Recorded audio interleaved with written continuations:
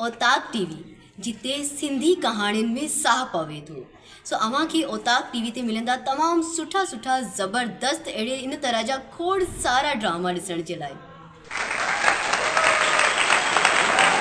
अस्सलाम वालेकुम, जी तो मैं रिमशा शहजादी आई मां के बुधाया थी एक गुड न्यूज़ यो है त तमाम सुठो सिंधी इस्लाही ड्रामो है बेरहम के नाले सां ऐं जेको तमामु सुठो लगंदो अवां के जॾहिं ऑनियर थींदो ऐं इन जी जेका कास्ट है ज़बरदस्त कास्ट है इन ड्रामे जी कास्ट में शामिल है नसरीन नाज़, उन्हनि खे केरु नथो सुञाणे, इस्माइल चांडियो, यकीनन उन्हनि जी परफॉर्मेंस अवां सभिनीनि खे तमामु घणी वणंदी हूंदी।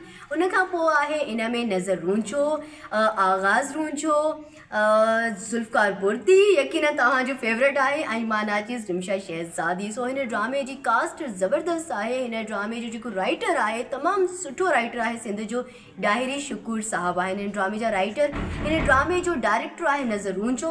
सो ही बेरहम ड्रामो जेको आहे इन जी स्टोरी सभिनीनि खां हटकी आहे, तमामु सुठी स्टोरी आहे, तमामु सुठो स्क्रिप्ट आहे, पढ़ियल लिखियल हिकिड़ो जेको मुआशिरो ॾेखारियो वियो आहे ऐं उन में कुझु नेगेटिव कैरेक्टर भी आहिनि, पर उन्हनि खे असां कहिड़े तरीक़े सां उन में सुधार आणे था सघूं, पंहिंजे मुआशिरे में ये जेके भेदभाव आहिनि इहे कीअं असां ख़तमु करे था सघूं, इहो ॾाढो हिकिड़ो सुठो मैसेज ॾिनो वियो आहे। वधीक मां स्टोरी न ॿुधाईंदमि छो जो इहो ॾिसण जे लाइ अव्हांखे ॾिसणो पवंदो त छा आहे स्टोरी, जेकर मां ॿुधाए वेंदमि त फ़ाइदो कहिड़ो ॾिसण जो।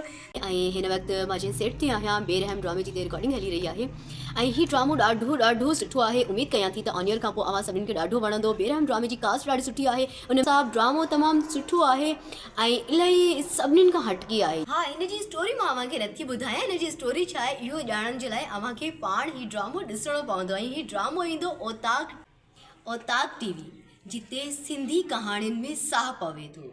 सो अवां खे औताक टीवी ते मिलंदा तमामु सुठा ज़बरदस्त अहिड़े इन तरह जा खोड़ सारा ड्रामा ॾिसण जे लाइ।